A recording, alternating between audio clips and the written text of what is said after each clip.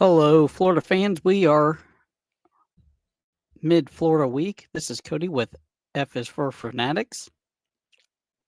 We are talking Florida football.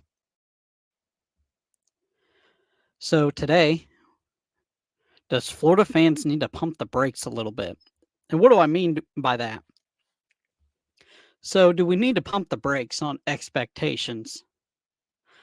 I get the Gator standard, right? Okay. I'm not saying Florida shouldn't have the Gator standard, but this isn't the Gators of the old. This isn't the Urban Meyer Gators. This isn't the Steve Spurrier Gators. This isn't Natty or Nothing Gators. Okay. I think a lot of people get confused on the expectations and kind of how college football has changed. You know, I think there was a lot of people, including me, that wanted Dan Mullen to work because he was a Urban Meyer guy. And I wasn't a Florida fan when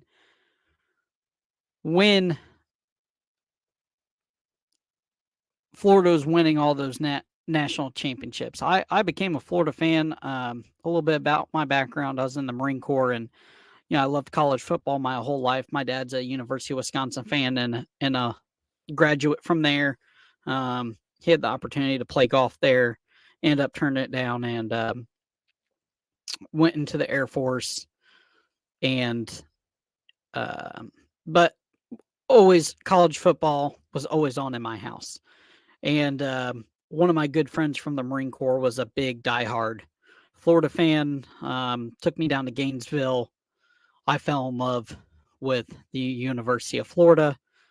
After that, I started watching the University of Florida. That was in 2000 and 2012. So McEwen era, we weren't we weren't winning a bunch of games then. So I wasn't there during the whole Tim Tebow, Chris Leak national title run. I the best years of my Florida experience was the Trask, Pitts, Tony run, the 2 years that Mullen had that offense run on all cylinders, and the defense kind of cost us uh uh Grantham kind of cost us a national title, I feel like. Well, Mullen did too because he didn't fire him, but that's besides the point. But do Florida fans need to pump the brakes a little bit? Because did Dan Mullen leave this program worse off than what we think? And I think he did. I think he left the program in a terrible situation with high school coaches. I think he left the program in a terrible situation with high school recruits, and I think he left the program in a terrible situation with just the players itself. It's been said it was very lackadaisical, that the players kind of did what they wanted, and you can't have a program like that. You have to have. I can't say you can't run it like a military. There's two types of coaches. There's definitely player coaches, and there's coaches like Saban that they do run it like a military. Um, but there is a reason why Dan Mullen couldn't recruit from IMG, and he was kind of shut out of certain high schools because the coaches didn't like him. And I think Napier has proven that he can get into those high schools and he can recruit in those high schools. And I think he's done a darn good job of recruiting. And everybody can say, yeah, well, he lost to Vandy, and you know, the play calling wasn't good this year. Look, I hate the Henderson screen pass as much as everybody. I get it. I get it. I could if that play gets if Billy Napier watches this and says, "Hey, yeah, that wasn't a great play. We're going to throw that one out." Great. Cool. That play was terrible. And to throw it over and over and over again. But as a Florida fan, I think we need to pump the brakes because here's the reason. We've been out recruited for the last 10 years by Georgia, by Alabama, by Clemson, by Texas A&M, now Miami, and you can and now we have to deal with NIL. And NIL is tough. And you know, I don't even want to get into the Rashada deal, but that kid's not worth 13 million. I mean, if you said, you know, hey Cody, who's worth 13 million?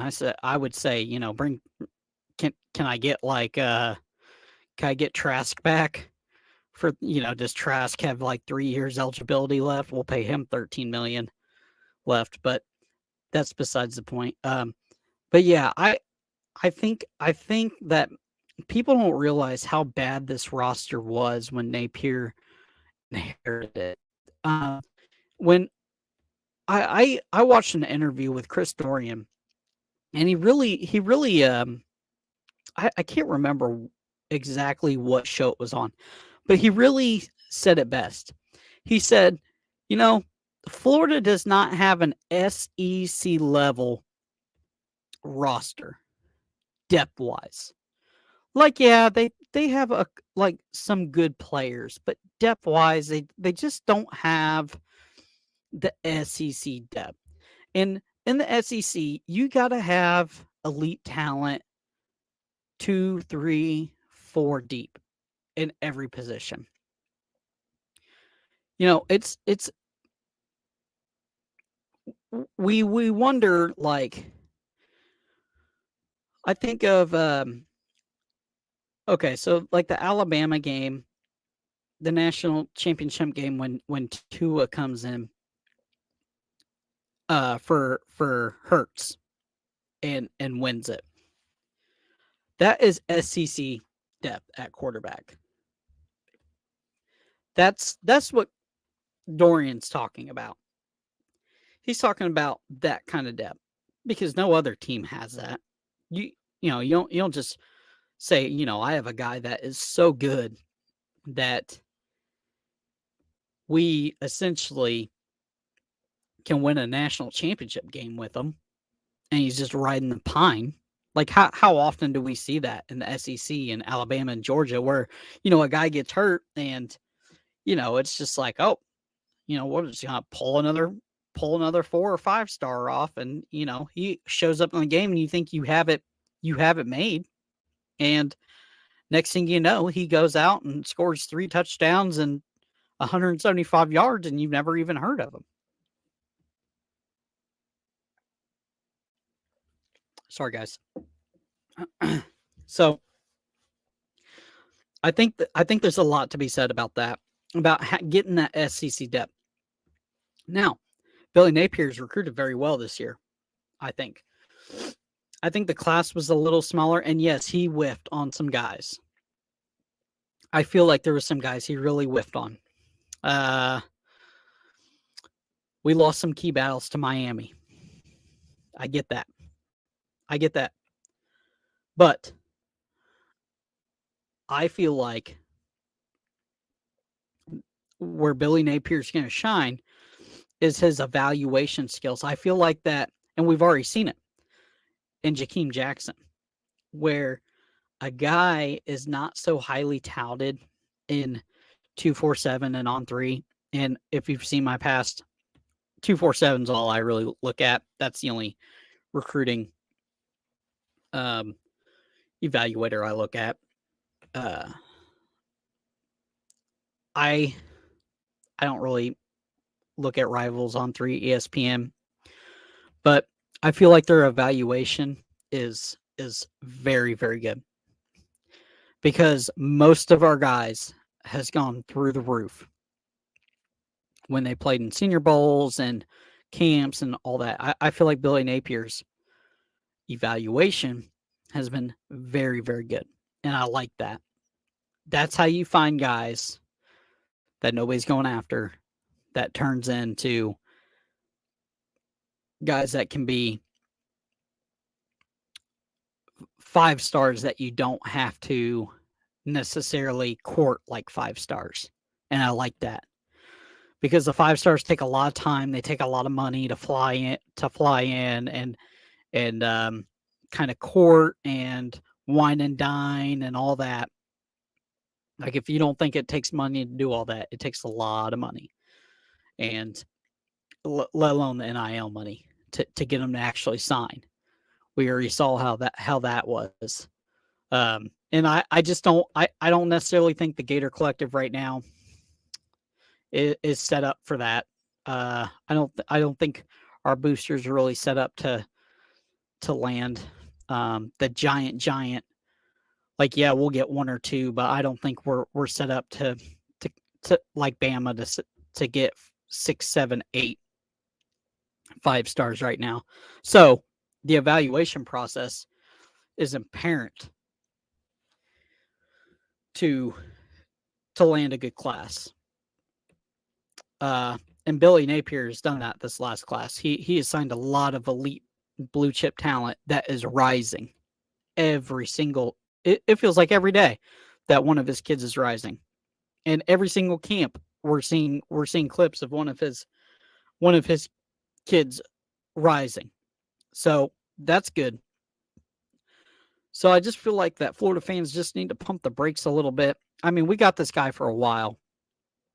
And if you guys want to say, Billy Napier, whatever, I'm sorry, the University of Florida, a I don't know what they make, $100 million program.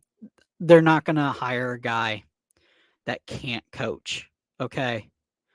They're not hiring a high school guy that can't coach. If you guys think that, then, just go somewhere else. I'm not going to hear it that, fire Billy Napier. Like, come on, guys. Like, let's be realistic. He can coach. If he couldn't coach, he wouldn't be at the University of Florida. All these guys can coach. If they can't coach, they don't make it D1. They don't make it Power 5. They don't make it to the SEC. Now, I'm not saying they're all successful, but they all can coach. So that's my thought on if Florida fans need to pump the brakes a little bit. I think we do.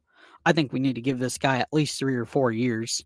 Let him build a class. Let's see what he does with his guys.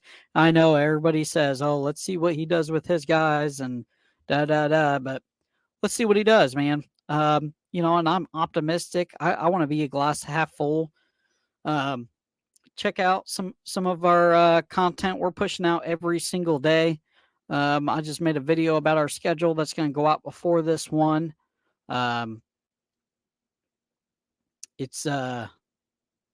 So check that out first. I'll put the link in the description of that one too. And thank you guys for checking us out. And we're just going to keep pumping this out. Hopefully the internet connection is better for this one too. Thank you. Bye-bye.